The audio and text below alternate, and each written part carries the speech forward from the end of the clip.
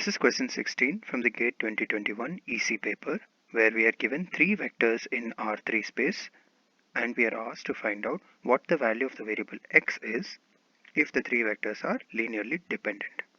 Underneath the question, you will find the title of the NPTEL course or video most relevant to this topic. So we are given that these three vectors are linearly dependent.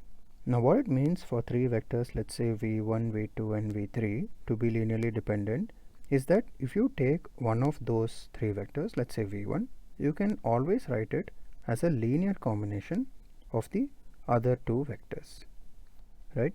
If I had v2 here or v3 here, I would be able to write it as a linear combination of the other remaining two vectors. Now we are given that these three vectors are linearly dependent, right? So that means I can write, now writing them as column vectors, I can write them in this format, right? 7 3x is equal to a into the first vector plus b into the, so let's call this the first and second and third vector. So v2 can be written as a v1 plus b v3 because they are linearly dependent. As long as I can find an a comma b such that the following equality is satisfied, that is such that 7 3 vector is equal to a plus 2b and minus a plus 3b, then the x that the problem is asking us for can just be obtained by substituting 2a plus b, right?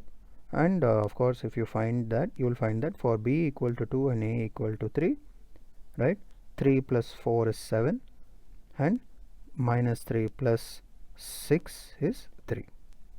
So b equal to 2a equal to 3 satisfies that, and so therefore we can infer that 2a plus b, which is 4 plus which is 6 plus 2 is equal to 8, and thus the correct answer for this problem is 8.